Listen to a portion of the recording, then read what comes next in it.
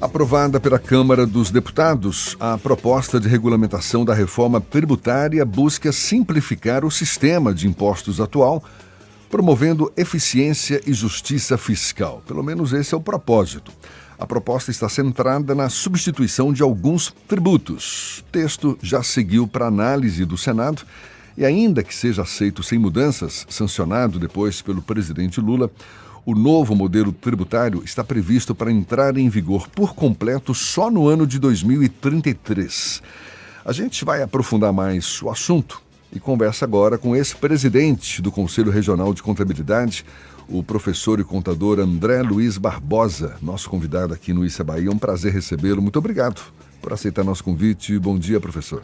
Bom dia, Jefferson, Ernesto, toda a bancada e os ouvintes aí da Tarde FM.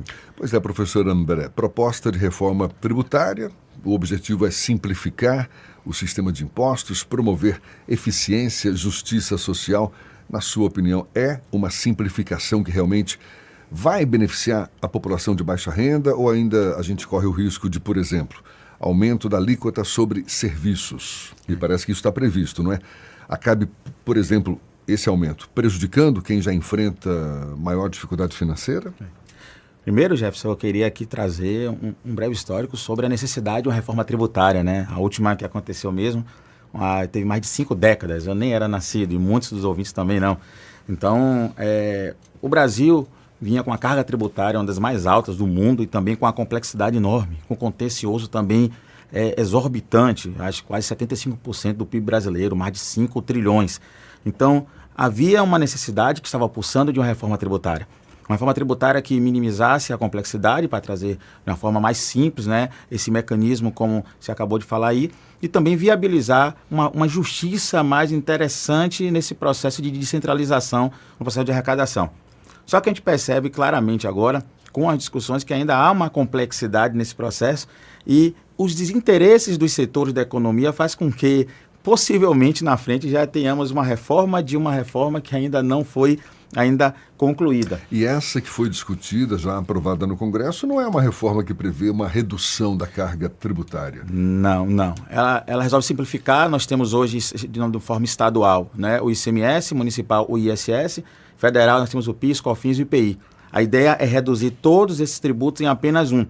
Então, a gente percebe que reduzindo tudo isso, aí a regulamentação vai trazer uma alíquota específica que possivelmente deve girar em torno entre 27% e 28%, que é relativamente alta, inclusive diante dos programas que existem no mundo, acho que seja uma das mais altas. Agora não vai permitir acumulatividade, então se você já pagou o imposto em um determinado período, quando você compra para revender ou para esse serviço que já foi pago anteriormente, você vai poder descontar. Mas ainda assim é uma carga alta. E tem justiça social nessa mudança toda? Existe uma proposta nesse processo, né? A justiça que a gente encara é quando a gente percebe que os produtos de cesta básica vai ser zerados ou até mesmo reduzido. Então a gente espera como é que vai ser. Como está no processo de regulamentação, eu não estou como trazer aqui de forma precisa, porque os interesses dos setores ainda estão sendo ajustados, né? Porque o ano passado foi aprovado e agora está nesse processo para que o ano que vem a gente comece justamente a fazer o desenho para 2026 começar a funcionar. Agora, a diminuição da carga tributária que vem aí prejudicando a vida de tanta gente ao longo do tempo, para isso não tem tido espaço para discussão, né? Eu não acredito, não. O que a gente percebe nesse processo de reforma tributária é que alguns setores vai ter alguns benefícios, né? Realmente vai ter uma redução, mas em compensação terão outros. A gente percebe hoje com as contas públicas nesse processo aí, precisam ter um equilíbrio, né, e um cuidado de forma frequente. As questões de arrecadação, ela é fundamental e não creio que o governo vai deixar escapar nesse processo. Nenhum governo, né, está afim de abrir mão de Não receita. tenha dúvida disso. A questão é quem paga a conta. Por exemplo, a gente já percebe alguma mudança. Jefferson falava sobre justiça tributária, no caso. Os super ricos, os milionários aqui, proporcionalmente pagavam menos imposto que qualquer um de nós três aqui na bancada. Passaram a pagar um pouquinho, mas isso já fez uma diferença de muitos bilhões. Essa é uma inovação importante da reforma, não? Com certeza. Então, assim, propriedade com iates, né, e esses bens de grandes valor, né, as grandes heranças, então há uma ideia de ser taxados, né? Mas ainda a gente sabe só de fato quando estiver acontecendo para a gente ter a certeza, mas é uma proposta e é um processo justo, né? Eu acho que se você tem mais renda, né, você tem herança, acho que deve ser taxado de uma forma a equilibrar a outros que não têm e poder caminhar aí com o seu consumo de uma tranquila. Por exemplo, essa proposta prevê a unificação de impostos, a ampliação da isenção na cesta básica, você mesmo citou isso aí. Sim. Agora, que garantia que a gente tem de que, por exemplo, os empresários vão de fato repassar essa redução de impostos para o consumidor final? Isso pode comprometer a eficácia da reforma? Sim, sim. Até porque a formação de preço ele não está apenas pautada no tributo, está pautada no custo. Então, se você tem um processo inflacionário, um aumento de taxa de juros, um movimento na economia que não seja favorável, até uma chuva que acontece em determinado local, que você reduz a oferta e a demanda grande, então você percebe que vai ter uma interferência, então o consumidor final ele vai pagar alto. Então, as questões tributárias é apenas uma variável para a formação de preço. Então, se você perceber que, claramente, que não necessariamente só os custos, eles são fundamentais, e sim o mercado que estabelece, então talvez não faça muito sentido, mas é um ponto de partida interessante. Agora, reforma prevista para ser implementada por completo só daqui a quase 10 anos, daqui a 9 anos, é um prazo de fato necessário para que haja essa transição de uma forma mais eficaz, ou ao longo desse tempo todo a gente corre o risco também de ver outras mudanças políticas, por exemplo, interferindo no que já foi aprovado agora? O ideal é que fosse mais rápido possível, mas o Brasil é muito grande. São muitos interesses, né? São muitos impostos e as coisas precisam ser assentadas para que tenha uma transição de forma tranquila.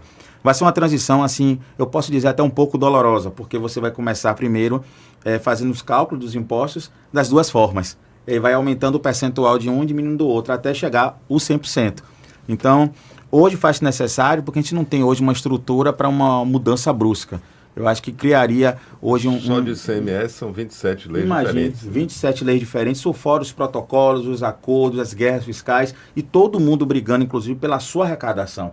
Então, a partir do momento que você vai centralizar esse processo, percebe que o governo da Bahia, o governo de Pernambuco, do Amazonas, eles terão interesses que vai querer a curto prazo ali para poder cumprir o seu orçamento e não vai conseguir. Essas tensões já estão rolando. Já, demais, não tenha dúvida disso. Invariavelmente vão terminar no STF, né? E é por isso que as coisas estão caminhando no Congresso e todo mundo está de olho e possivelmente um pouco mais à frente, em outras instâncias, teremos uma discussão mais ampliada. Agora, você falou aí em uma palavrinha que a gente acompanha desde, eu me lembro da primeira notícia que eu me lembro de falar sobre reforma tributária foi ainda nos governos militares. Eu me lembro, eu acompanhava telejornal, era metida jornalista da Guri, e acompanhava, já se falava nisso, que é a história da guerra fiscal. Sim. E das joias da coroa desse avanço que foi a reforma tributária depois dessas décadas de debate, seria o fim da guerra fiscal com uma legislação somente, acabando essa história de ter que cada estado tem uma lei específica do ICMS. Você acha que esse arranjo que foi feito garante o fim da guerra fiscal?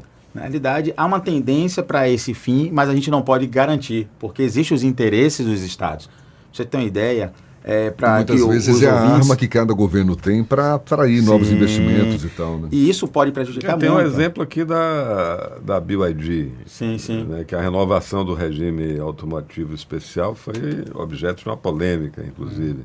E eu não vou nem muito longe, eu vou pegar o seguinte, vamos dizer que você tem uma empresa em Lauro de Freitas, onde o ISS ele é menor do que o de Salvador, então você abre a empresa em Lauro de Freitas. E opera aqui. E aí se você unificar, você, o que é que então eu não vou sair, eu vou sair de Lauro de Freitas, então lá já perde emprego, entendeu? Todo esse processo.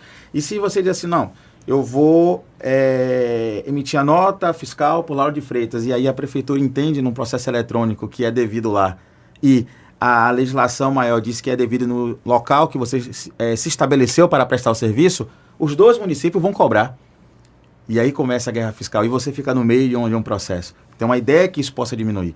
Acredito que vai haver uma diminuição, mas esse zerar, eu talvez fique complicado, porque nesse processo da reforma, perceba que vai ter muitas particularidades, como imposto seletivo, como também a ideia de você, daqui a 50 anos, por exemplo, você estabelecer, concluso, que você vai cobrar o imposto no local de consumo.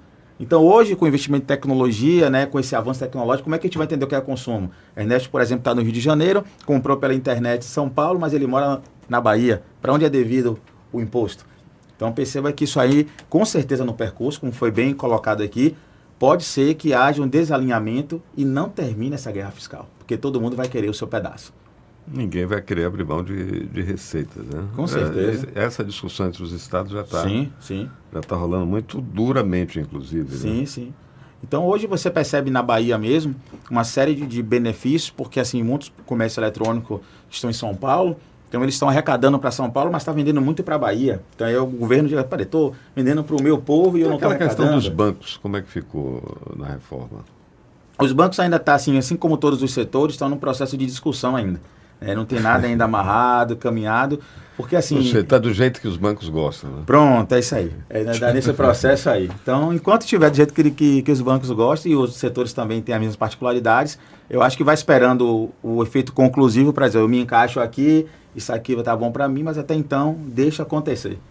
E o que mudou para o seu dia a dia, professor? Estamos aqui conversando com o professor e contador André Luiz Barbosa, ele que é ex-presidente do Conselho Regional de Contabilidade, sobre a reforma tributária. Impactou no seu dia a dia, você como profissional da contabilidade, facilitou a tua vida ou não mudou muita coisa? Na realidade, a gente está em uma expectativa, né? Uma adrenalina muito grande, porque quando se trata no meio acadêmico, a gente precisa saber como é que nós vamos estabelecer esse processo para os estudantes, para os futuros profissionais da contabilidade, como é que eles vão lidar com isso. Então, é uma preocupação muito grande para essa transição. No processo empresarial mesmo, né, onde a gente tem os nossos clientes que têm os planejamentos tributários, a gente está vendo que a gente vai precisar mudar uma forma. Então, a gente já está trabalhando internamente, junto com os colegas contadores, com os outros empresários, a ver como é que serão os próximos planejamentos para que os nossos clientes possam pagar impostos de uma forma equilibrada, justa, legal e que seja menos, né, do que está se estabelecendo. Então, acho que o desafio é esse, viu? Isso mexe um pouco com a gente e a ansiedade por não está no efeito conclusivo ainda, faz com que a gente se preocupe para implementar os nossos trabalhos no momento exato que tem que ser. Eu já ouvi críticas contra a legislação tributária brasileira no sentido de que é uma legislação racista. Você concorda com isso? A gente traz assim, quando se fala de legislação racista, a gente precisa entender que o Brasil hoje ele tem alguns números que trazem algumas contas que não fecham. Por exemplo, como é que eu posso dizer hoje que no Brasil você tem mais de 60% dos empreendedores são negros, mas menos de 20% dos empreendimentos negros contribuem para o PIB do Brasil. Ou seja, perceba que a maioria dos empreendedores são negros e não tem um espaço para médias e grandes empresas, e sim pequenas, micro ou até mesmo no modelo informal. E por que isso acontece?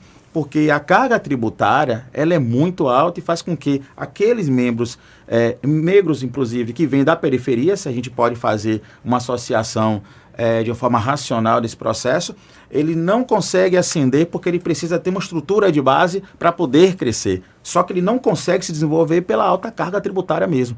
Agora, se você já vem com um investimento pré-estabelecido, você consegue desenvolver o seu trabalho e o seu negócio com mais facilidade. E isso aí tudo, uma discussão como essa, ela está pautada inclusive com as questões históricas. Nós temos um país que temos mais tempo de escravização do que sem a escravização. Isso, notoriamente, quando a gente se fala mesmo no contexto histórico, porque ainda existe de forma disfarçada. Traduzindo no popular, ganha dinheiro quem tem dinheiro. É isso aí. É isso aí, o processo é esse. E aí a gente tem certa dificuldade. Obviamente que um ou outro consegue, né, escapar e, inclusive, é tratado como algo extraordinário. Vira notícia, né? Inclusive. Vira notícia. Ou seja, a tal justiça fiscal tão propalada, tão defendida e tão colocada como um dos propósitos dessa reforma tributária, na verdade, ainda deixa a desejar, né? E assim, Jefferson, tem uma coisa que eu estava pensando quando iniciou o processo da reforma tributária, né? Eu queria ter a liberdade em ter o meu recurso para poder consumir.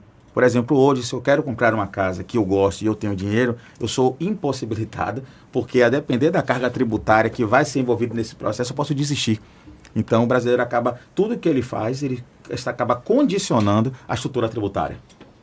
a carga tributária ainda é muito alta e a gente não vê um sinal a longo, médio ou curto prazo para que isso seja modificado. Você quer ver uma coisa? Tem alguns países que têm uma carga tributária alta, mas você não vê um nível de insatisfação como há aqui no Brasil, né? Porque os serviços não correspondem, justamente, ao que você paga de imposto. Então, segurança, saúde, educação, claro. Talvez isso aí pudesse equilibrar o processo. Se você mora numa comunidade onde você conta, sim, com serviços de qualidade na área da saúde, educação, segurança pública, tudo que a gente precisa, vamos pagar imposto, claro, qual o problema? É só que a gente paga de novo isso para ter com qualidade. Quando né? a gente não recebe de volta, aí fica a indignação. Professor, muito obrigado, professor e contador André Luiz Barbosa, ex-presidente do Conselho Regional de Contabilidade. Um prazer mesmo e seja bem-vindo sempre. Abraço, até uma próxima. Uma satisfação estar aqui contigo, com o Ernesto. Eu acho que o acolhimento faz com que a gente se sinta à vontade, me sinta em casa, estou à disposição. Igualmente, muito obrigado. 7h49 agora.